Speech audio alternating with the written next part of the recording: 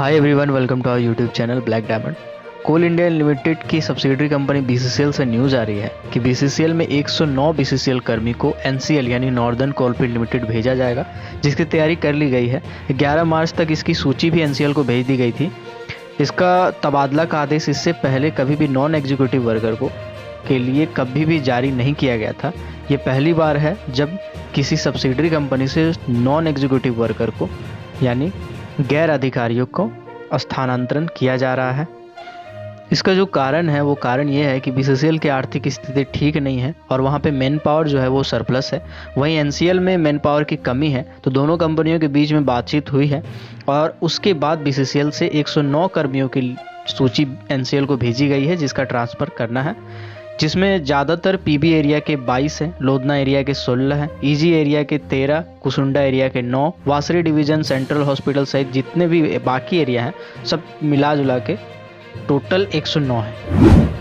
Next news जो कोल India limited से आ रही है वो ये है कि कोल इंडिया लिमिटेड में जो भी परमानेंट वर्कर है, सरकारी वर्कर है, उनका वीडीए यानी महंगाई भत्ता 2.20% बढ़ा दिया गया है।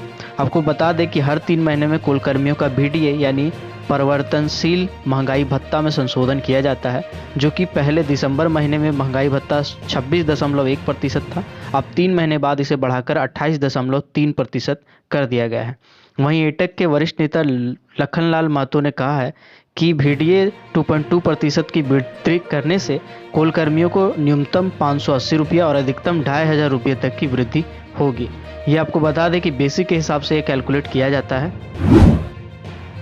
नेक्स्ट न्यूज़ जो कोल इंडिया लिमिटेड से आ रही है वो एक ऐतिहासिक पल है, यानी कोल इंडिया लिमिटेड की एक जो सब्सिडरी कंपनी है ईसीएल, उसके राजमहल परियोजना में ओपन कास्ट माइंस में पहली बार महिला ने माइनिंग ओवरमैन के पद ग्रहण किया है, जिसे डीजीएमएस ने इसकी अनुमति प्रदान की थी। आपको बता दें कि इसके लिए एक सर्कुलर भी जारी किया गया था कि महिला भी अब ओपन कास्ट माइंस में, अंडरग्राउंड माइंस में काम कर सकती है। श्रम और रोजगार मंत्रालय भी महिलाओं को भी खनन के क्षेत्र में काम करने के लिए कई तरह का स्कोप दिया है, जिससे खनन क्षेत्र में महिलाओं की भागीदारी भी बढ़ी है। राजमहल परियोजना के अंतर्गत कार्य कर रही बीएलएस आउटसोर्सिंग कंपनी में बतौर महिला माइनिंग ओवरमैन के पद पर सुकृति हाजरा ने काम करना शुरू कर दिया। ओवरमैन पद पे ज्वाइन करते ही इन्होंने एक नया कीर्तिमान स्थापित किया है। खान सुरक्षा महानिदेशक ने स्वीकृति को overman certificate in open cast का बतौर प्रमाण पत्र भी दिया है। यह महिला सशक्तिकरण की ओर एक बहुत अच्छा कदम बताया जा रहा है। कोल इंडिया लिमिटेड और उसकी सब्सिडरी कंपनी में फील्ड वर्कर में महिलाओं को भी भागीदारी मिलनी चाहिए, तो इसे डीजीएमएस का और कोल इंडिया लिमिटेड का एक अच्छा कदम बताया जा सकता है। नेक्स्ट न्यूज़ कोल सेक्टर से आ रही है, चाहे वो कोल इंडिया लिमिटेड हो और चाहे कोई भी आउटसोर्सिंग कंपनीज हो, वो अब सी फॉर्म का इस्तेमाल नहीं कर सकती है। सी फॉर्म के बारे में आपको पहले बता दूं, सी फॉर्म के माध्यम से कंपनी 2% टैक्स भरकर दूसरे राज्यों से डीजल मंगाती है, जो कि अब केंद्र सरकार के आदेश हो जाने के बाद यानी 1 अप्रैल को ये अनुमान है कि ये नियम लागू हो जाएगा। उसके बाद वो सी फॉर्म का इस्तेमाल नहीं कर सकती है। केंद्र सरकार के नए फैसले से झारखंड सरकार को सालाना 350 करोड़ का राजस्व मिलेगा। आपको बता दें कि सी फॉर्म के चलते झारखंड को हर माह लगभग 30 करोड़ का राजस्व मिलेगा, यानी कि सालाना लगभग 350 करोड़ का राजस्व मिलेगा। सी फॉर्म पर रोक लगने से खनन क्षेत्र में काम कर रही कंपनियों को 22% वेट यानी मूल्य वृद्धि कर, जिसको बोला जाता है, पर डीजल खरीदना मजबूरी हो जाएगी। इससे राज्य सरकार को सालाना 350 करोड़ रुपये टैक्स के रूप में मिलेगी।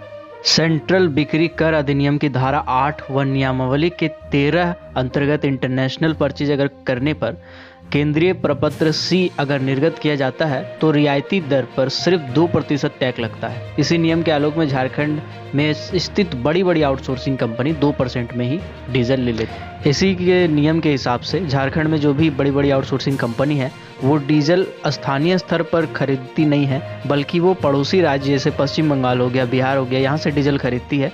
अगर झारखंड राज्य के अंदर से खरीदी जाए डीजल तो झारखंड सरकार को 22% तक वैट मिलेगा, लेकिन केंद्रीय बिक्री कर अधिनियम अंतर्गत यह प्रावधान रहने से यहाँ की आउटसोर्सिंग कंपनी सी फॉर्म से डीजल का खरीदारी दूसरे राज्यों से कर रही है। अब ये समाप्त हो जाएगा, जिससे झारखंड राज्य को राजस्व मिलेगा।